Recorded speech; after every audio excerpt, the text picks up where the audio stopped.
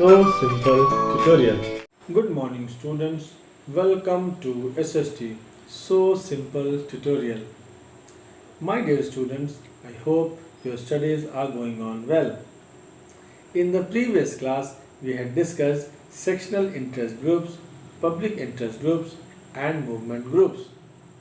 Today, we will discuss how do pressure groups and movements influence politics, the relationship between political parties and pressure groups, and the third, how the activities of pressure groups are useful in the functioning of a democratic government.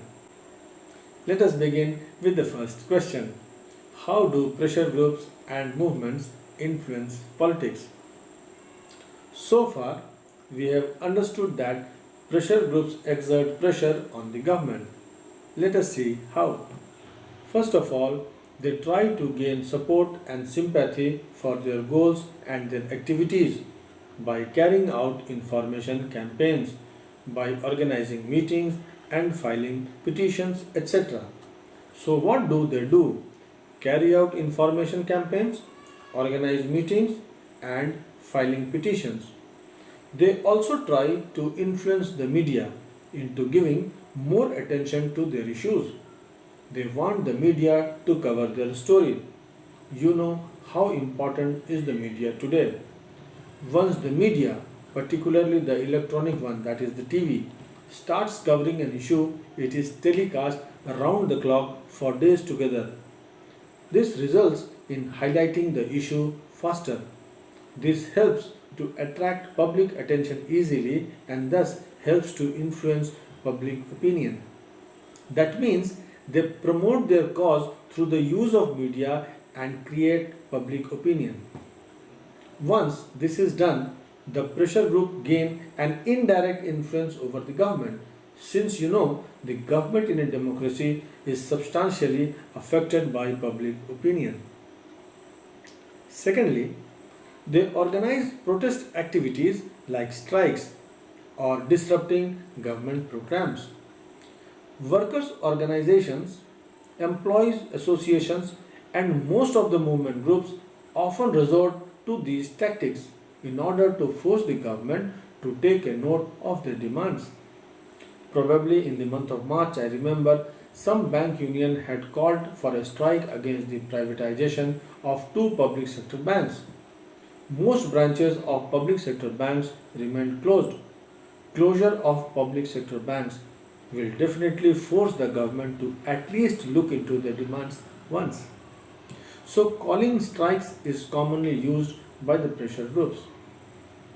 Thirdly, business groups often employ professional lobbyists or sponsor expensive advertisements.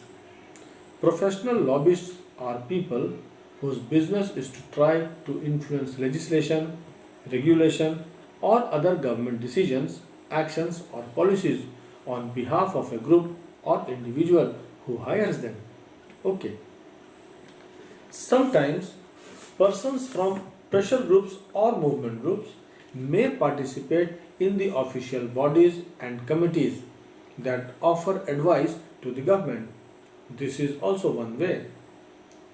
We know that the pressure groups and movements do not directly participate in party politics, but they do try to influence political parties.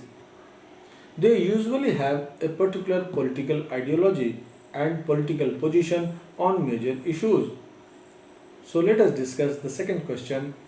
What different forms the relationship between political parties and pressure groups can take? Sometimes the pressure groups are either formed by political parties or led by the leaders of political parties or act as extended arms of political parties.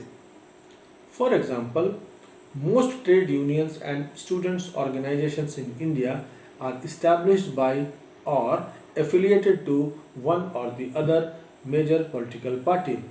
You can see on the screen some student organizations and the party to which they are affiliated. Students Organization SFI, Students Federation of India.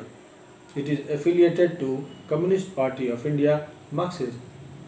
NSUI, National Student Union of India. It is affiliated to our Congress party. ABVP, Akhil Bharatiya Vidyarthi Parishad.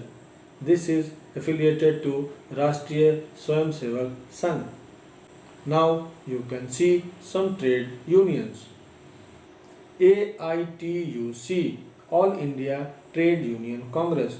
It is associated with the Communist Party of India.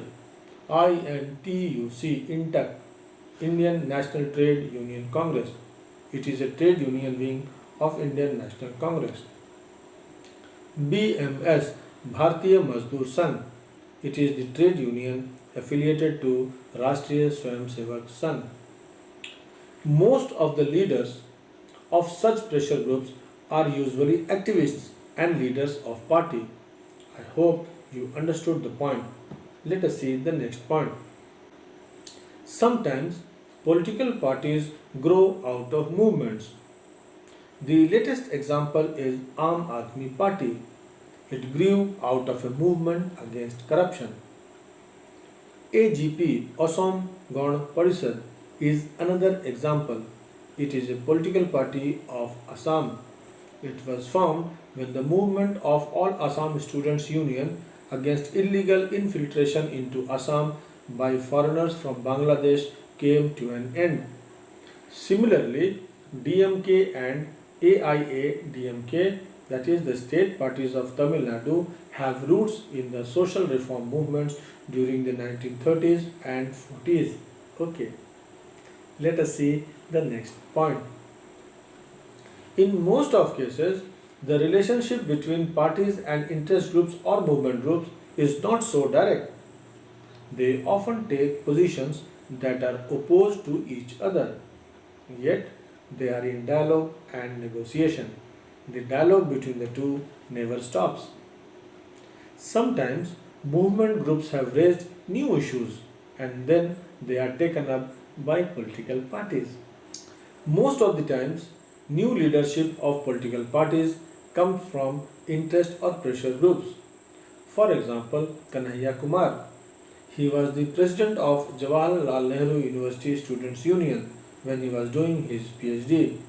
Today, he is a member of CPI. So you can understand how new and young leadership comes from a pressure group. I hope you understood this point. So let us now discuss the third question. How the activities of pressure groups are useful in the functioning of a democratic government. It may appear initially that it is not healthy for groups that promote interest of one section to have influence in democracy, because democracy must look after the interests of all, not just one section. It is also sometimes blamed that all these groups yield power without any responsibility. Since they are not elected by the people, they are not accountable to the people. Okay. But here we will see its usefulness. First, government can often come under undue pressure from a small group of rich and powerful people. Pressure groups perform a useful role of countering this undue influence and reminding the government the needs and concerns of ordinary citizens. Even the sectional interest groups plays a valuable role. Where different groups function actively, no single group can achieve dominance over society. If one group brings pressure on the government to make policies in their favor, another group will bring counter pressure not to make policies in the way the first group desires. This is how the pressure groups helps to maintain checks and balances in the government and thus make a useful and healthy contribution to democratic functioning. This is all about this lesson, students. Students, you should be able to answer these questions now. 1. In what ways do pressure groups and movements influence politics? 2. The relationship between political parties and pressure groups can take different forms. Explain. 3. Explain how the activities of pressure groups are useful in the functioning of a democratic government. Dear students, let me stop here now. In the meantime, you read your textbook. In the next class, we will discuss a new lesson.